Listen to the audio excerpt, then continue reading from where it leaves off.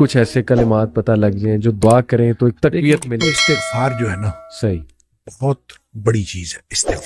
استغفار کے بہت سارے کلمات حدیث کے اندر آئے. ایک ہے استغفار رب اغفر لی وتب علی انک انت التواب الغفور. بہت شاندار استغفار ہے. قرآن مجید میں نہیں یہ حدیث میں حدیث رب اغفر لی وتب علی انک انت التواب الغفور. ٹھیک ٹھیک ایک استغفر اللہ الذی لا الہ الا هو الحی القیوم واتوب الیہ. بالکل صحیح. یہ والا جو ہے نا استغفر اللہ الذی لا الہ الا هو الحی القیوم واتوب الیہ.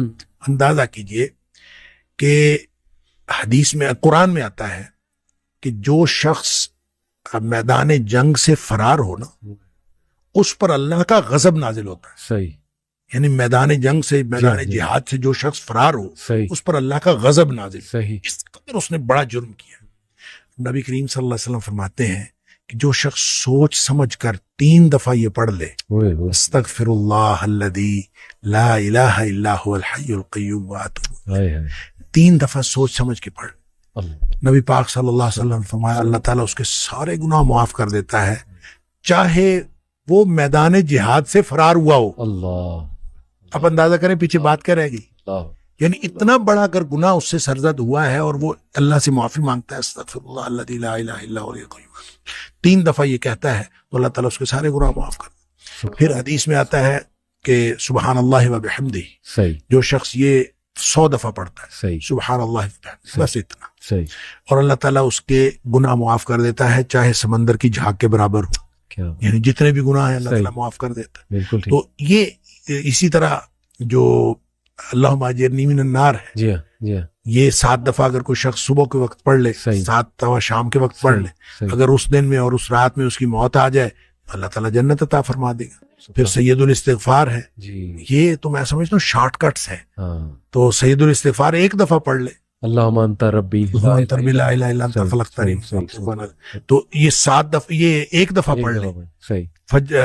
دن کے کسی ایک حصے میں پڑھ لے اس دن فوت ہو گیا تو انشاءاللہ جنت میں چلا جائے گا. سبحان. رات کے کسی ایک حصے میں 1 دفعہ پڑھ لے سبحان. تو اس رات فوت ہو گیا تو جنت میں چلا جائے گا. تو گویا صبح شام کے یہ اذکار میں یہ تو شارٹ کٹس ہیں صحیح. کہ اگر انسان یہ پڑھ لے صحیح. تو انشاءاللہ وہ جنت میں جائے گا.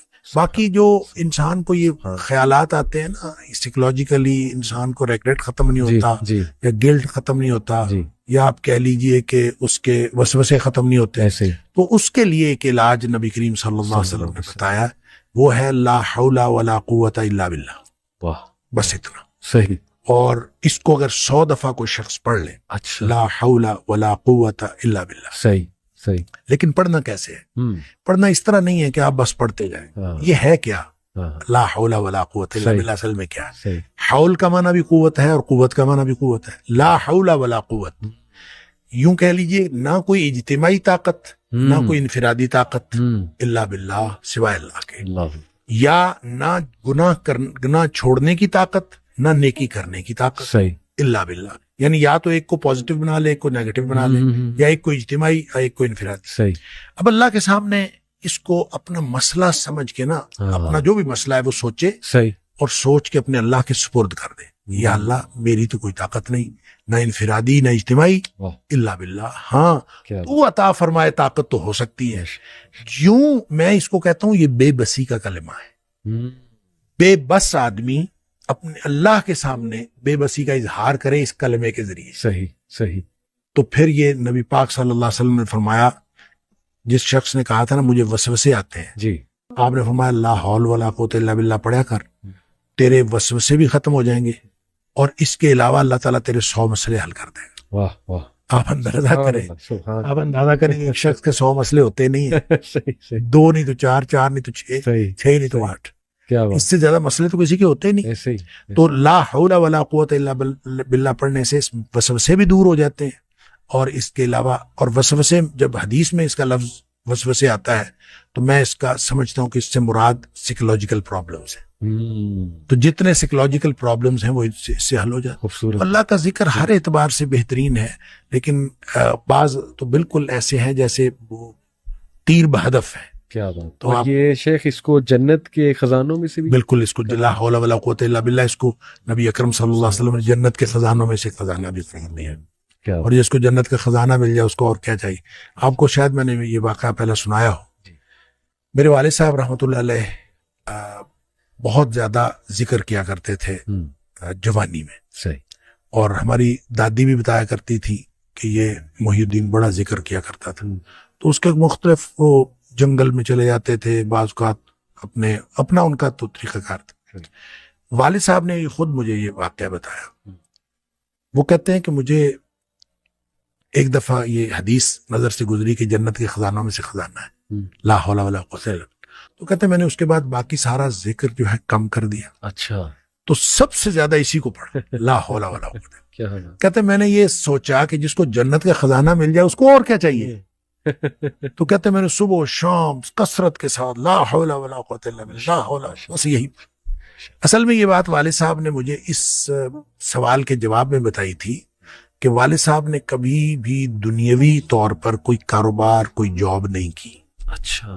نہ کوئی کاروبار کیا، صحیح، نہ کوئی جاب کی. صحیح صحیح. 16 بہن بھائی ہم تھے جن کو پالا ہے. تو میں نے ایک دفعہ ان سے پوچھا تھا کہ ابا جی آپ کو کبھی زندگی میں کاروبار کرنے کا خیال نہیں آیا؟ ان کا آیا تھا. ان کا کاروبار کا خیال آیا تھا جوانی میں. پھر انہوں نے یہ واقعہ بتایا. ان کا جب یہ میں لا حول ولا قوت الا باللہ بہت زیادہ پڑھتا، اس سے پہلے کہتے ہیں میں سوچا کرتا تھا کہ میں کوئی کاروبار کر لوں. تجارت کہتے ہیں مجھے بہت پسند تھی، اس لیے بھی پسند تھی کہ نبی پاک صلی اللہ علیہ وسلم کو تجارت پسند تھی، اور اس لیے بھی کہ نبی پاک صلی اللہ علیہ وسلم فرمایا اس میں بہت زیادہ برکت ہے. صحیح. کہتے میں سوچا کرتا تھا، کیا نہیں کبھی. صحیح. تو جب لا حول ولا قوت الا باللہ میں نے بہت زیادہ پڑھا، کہتے ایک دفعہ خواب میں مجھے اللہ تعالیٰ نے دکھایا کہ میرا یوں کر کے دھڑ جو ہے وہ آدھا کر دیا گیا. اچھا. آدھا کر کے مجھ سے الگ کر دیا گیا.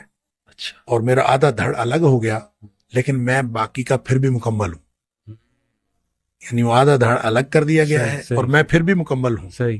اور مجھے خواب میں ہی بتایا گیا، یہ سمجھایا گیا کہ تیری دنیا ہم نے تجھ سے الگ کر دی ہے. جنت مانگتے تھے نا اللہ، تو ہم نے تجھ سے تمہاری دنیا الگ کر دی ہے. تو والد صاحب یہ فرمایا کرتے تھے کہ اس کے بعد مجھے زندگی میں کاروبار کرنے کا خیال بھی نہیں آیا. اس سے پہلے خیال آتا تھا، کیا تو پہلے بھی نہیں تھا، اس سے پہلے خیال آتا تھا، اس کے بعد کبھی کاروبار کرنے کا خیال